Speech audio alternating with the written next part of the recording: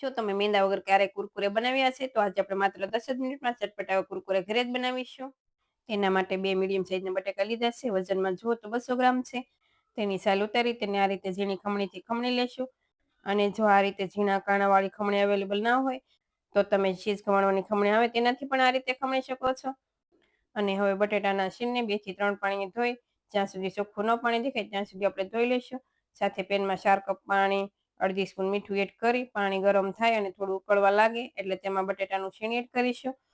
અને બટેટાના શીણમાં જરા પણ પાણી ન રહે તે રીતે નિતારીને આમાં એડ કરીશું. અને પાણી થોડું ઉકળવા લાગે એટલે ઉપર સ્ટાર્ચનો ભાગ હોય તે અલગ કરી દઈશું. અને 2 થી 3 મિનિટ માટે ઢાંકણ બંધ કરી થવા દઈશું. એટલે શીણ છે એ સારું એવું કૂક થઈ જશે. તો હવે 2 થી 3 મિનિટ જેવું થઈ ગયું છે. તો આપણે ચેક કરી લઈએ. શીણ છે એ સારું એવું કૂક થઈ ગયું છે. તો હવે તેમાં 1 કપ રવો એડ કરીશું, રવો અથવા સૂજી. હવે આ રીતે થોડો થોડો એડ કરતા જવાનું એટલે તેમાં થોડા પણ લમ્સ ન રહે. અને 2 થી 3 મિનિટ આ રીતે ચલાવશો એટલે સારું એવું મિશ્રણ છે એ થીક એવું થઈ જશે.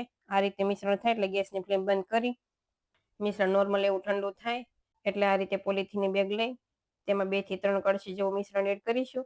અને તમારે પતલા કે જે રીતે રાખવા હોય તે પ્રમાણે કટ કરી આ રીતે કુરકુરે બનાવીશું.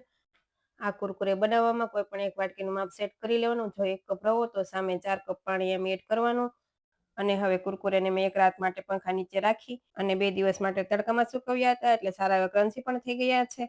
સાથે કુરકુરે ઉપર સ્પ્રિંકલ કરવાનો મસાલો પણ બનાવી લઈએ. અડધી સ્પૂન લાલ મરચું પાવડર, અડધી સ્પૂન ધાણા જીરું પાવડર, અડધી સ્પૂનથી થોડી ઓછી હળદર પાવડર, સાથે અડધી સ્પૂન આમચૂર પાવડર, અડધી સ્પૂન સંચળ પાવડર, 1 પિંચ જેટલી કસૂરી મેથી એડ કરી 2 મિનિટ જેવું બ્લેન્ડ કરીશું એટલે મસાલા છે એ સારા એવા મિક્સ થઈ જશે. હવે સાથે તેલ પણ ગરમ થઈ ગયું છે. અને તેલ સારું એવું ગરમ થાય એટલે તેમાં કુરકુરે એડ કરી ગેસની ફ્લેમ સ્લો કરી દેવાની અને આ રીતે તળી લેવાના. જો તમારે જોવે એ પ્રમાણે તળવાના. બીજા તમે ડબ્બામાં ભરી આખા વર્ષ માટે સ્ટોર પણ કરી શકો છો.